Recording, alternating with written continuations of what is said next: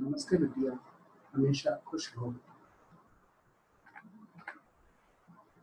Myself, JBM Dr. Ravi Jain, Assistant Professor, Department of Practice of Medicine, and Faculty of Homeopathic Science at Jayoti Vidyapeeth University. In the series of respiratory system disorders, I will be talking today about the COPD or chronic obstructive pulmonary diseases. This topic will be divided into two lectures. So this is the first part of this series. Chronic obstructive pulmonary disease, a disease that is characterized by airflow limitation that is not fully reversible. It includes three diseases: emphysema, chronic bronchitis, and small airway diseases. Emphysema is an anatomically defined condition that is characterized by destruction and enlargement of the lung alveoli. Emphysema is an anatomically defined condition that is characterized by destruction and enlargement of the lung.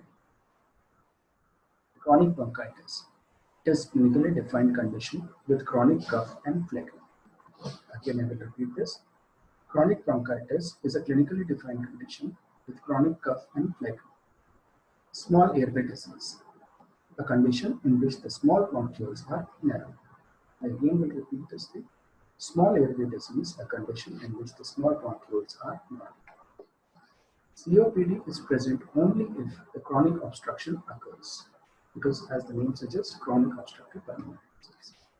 COPD is the third leading cause of death and affects greater than 10 million people in the United States. The estimates suggest that COPD will rise from the sixth to third most common cause of death worldwide by 2020. Asthma versus COPD. Some people believe that asthma is a part of COPD, while some people or the theories put asthma out of the COPD. Let's look at two hypotheses. The Dutch hypothesis says that this suggests that asthma, chronic bronchitis, and emphysema are variations of the same basic disease, which is modulated by environmental and genetic factors to produce these pathologically distinct entities. Whereas the British hypothesis suggests they contends that asthma and COPD are fundamentally different diseases. They believe that they both are separate entities. Asthma is viewed as largely as allergic phenomenon, whereas COPD results from smoking related inflammation and damage. What are the various risk factors that are associated with COPD, the development of COPD? First one is cigarette smoking. Accelerated decline in the FEV1 in a dose-response relationship to the intensity of cigarette smoking. Airway responsiveness and COPD. Many patients with COPD also share this feature of airway hyperresponsiveness. Increased airway responsiveness is a significantly predictor of subsequent decline in pulmonary function. Respiratory infections. Respiratory infections are an important cause of exacerbations of COPD. Occupational exposures. The exposure to dust and fumes at work. Several specific occupational exposures, including coal mining, gold mining, and cotton textile dust, have been suggested as the risk factors for chronic airflow obstruction. Ambient air pollution. Ambient air pollution is a much less important risk factor for COPD than cigarette smoking. Passive smoking exposure. Exposure of children to maternal smoking result in significantly reduced lung growth. Genetic consideration. Severe alpha-1 antitrypsin deficiency is a proven genetic risk factor for the cases of COPD. What is the clinical presentation with which the patient of COPD comes to us? In the clinical presentation of COPD, there will be history of cough, sputum production, and exertional dyspnea. These are the three typical things or symptoms that will be present. What are these three symptoms? Cough, production of sputum, and exertional dyspnea. Exertional dyspnea increased effort to breathe, heaviness, air hunger, or gasping. As the COPD advances, there is worsening dyspnea on the exertion with increasing intrusion on the ability to perform vocational or avocational activities. In the most advanced stages, the patient are breathless doing simple activities of daily living. They become breathless while performing day-to-day activities. Physical findings. There are various physical findings of the cases of COPD. In the early stage, the patients usually have an entire normal physical examination. In the early stage, when the patient is coming to us, the normal examination is absolutely normal. The current smokers may have a sign of active smoking, including an odor of smoke or nicotine, staining of fingernails. In more severe disease, the physical examination is notable for a prolonged expiratory phase and may include expiratory wheezing.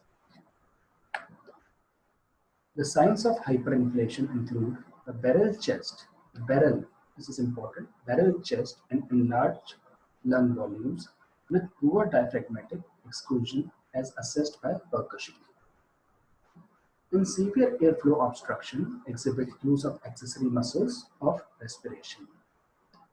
Sitting in the characteristic tripod position to facilitate actions of sternocleidomastoid, scalene, and intercostal muscles. The patient may develop cyanosis visible in the lips and nail beds. COPD clinical manifestation, the tripod position.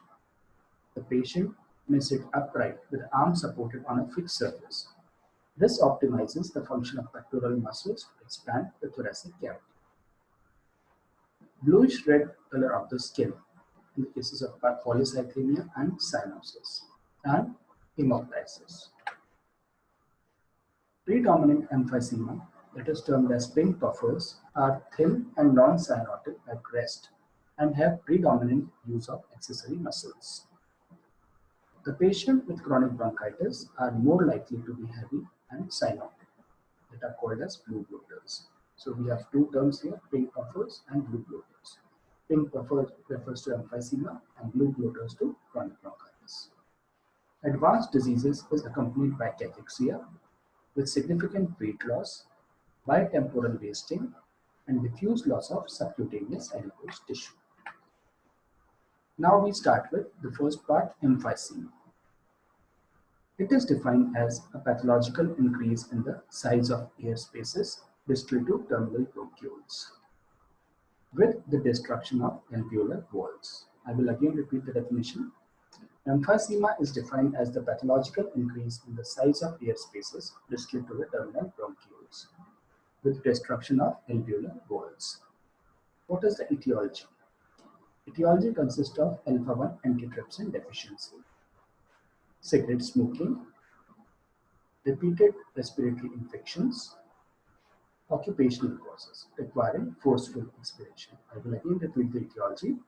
Alpha-1 antitrypsin deficiency, cigarette smoking, repeated respiratory infections, occupational causes requiring forceful expiration, जैसे कि balloon फुलाने वाला. Pathology. It is seen during the autopsy. What are the various changes? The findings includes lung in inflated position, the elastic tissue is damaged, the diaphragm is depressed, the alveoli are overdistended, the septa ruptures and neighboring colleagues to form the cyst. The pulmonary vascular bed is diminished, leading to the pulmonary hypertension. Reduction of alveolar surface area leads to the impairment of gas exchange. The right ventricular hypertrophy and cor pulmonale develops. What are the clinical features? There are various clinical features of emphysema. Number one, dyspnea with grades. There are different grades of dyspnea in the cases of emphysema. Grade 0, no breathlessness except with strenuous exercise. Grade 1, breathlessness when hurrying on the level or walking up a slight hill. Walk slower than grade 2, he walks slower than contemporaries. I will again repeat the grades. Grade 0 when there is no breathlessness except with a strenuous exercise. जब तक exercise नहीं करेगा तब तक उसे breathlessness नहीं होगी. Grade 1 breathlessness when hurrying on the level or walking up the slide hill. Grade 1 में जब breathlessness तब होती है जब जल्दी करेगा या फिर पहाड़ी पर चढ़ेगा. Grade 2 when he walks slower than the contemporaries. बाकी लोगों से धीरे चलता है on the level ground because of breathlessness, or he has to stop for breath when walking on his own pace. धीरे धीरे चलता है तो रुकना पड़ता है उसके बीच में. Grade 3 he stops for breath after walking about 100 meters or after a few minutes on the level ground. Grade 3 कब आता है? जब वो धीरे धीरे चलता है 100 मीटर तक चलता है, उसके बाद उसे रुकना पड़ता है और फिर वो वापस चलता है.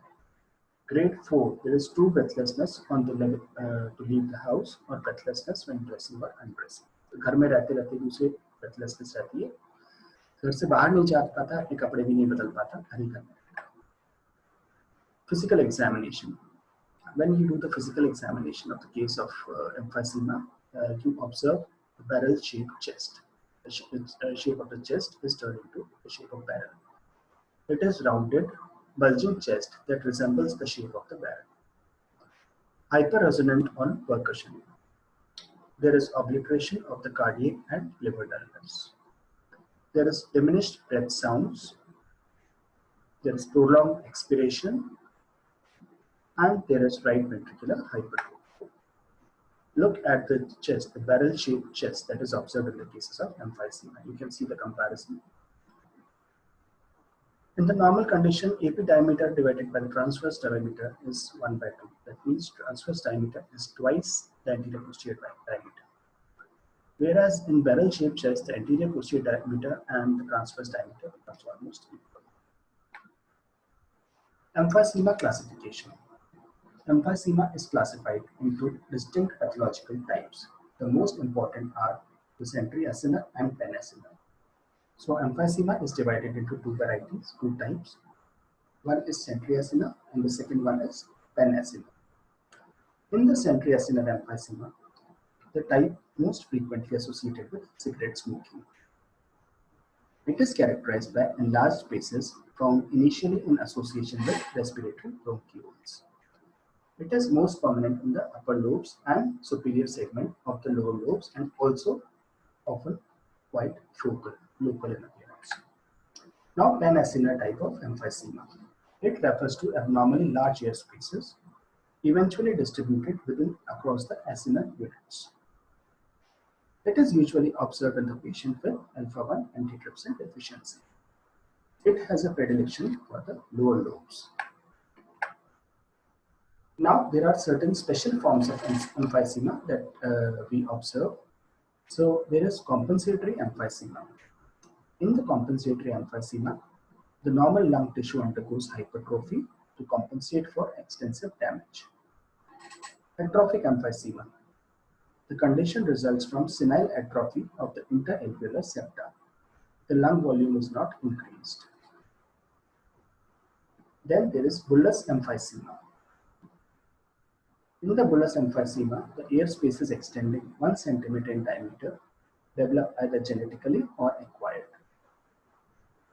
With time, the bulla enlarges to become giant bullous emphysema. So these are the special forms of emphysema. In the next topic, we will be continuing with this topic, chronic bronchitis, and investigation and management of COPD. In this topic, we have done completed emphysema, and in the next lecture, we will be talking about chronic bronchitis, its investigation, management, and management of the COPD, chronic obstructive pulmonary disease. This session was powered by Digital Version 2.0, Jayoti Vidyapeeth, Women's University. I hope you are satisfied with my digital session. If you have any query, please mention it in the comment box. I will try to resolve it. So this was all for today. In today's lecture, we have discussed about the introduction of chronic bronchitis, what is the pathophysiology that is involved in the cases of chronic bronchitis, and we have also discussed about emphysema. In the next lecture, we will be discussing about chronic bronchitis, the various investigations of COPD and the management of COPD, including homeopathic management. So this was all for now. Thank you very much. Have a great day.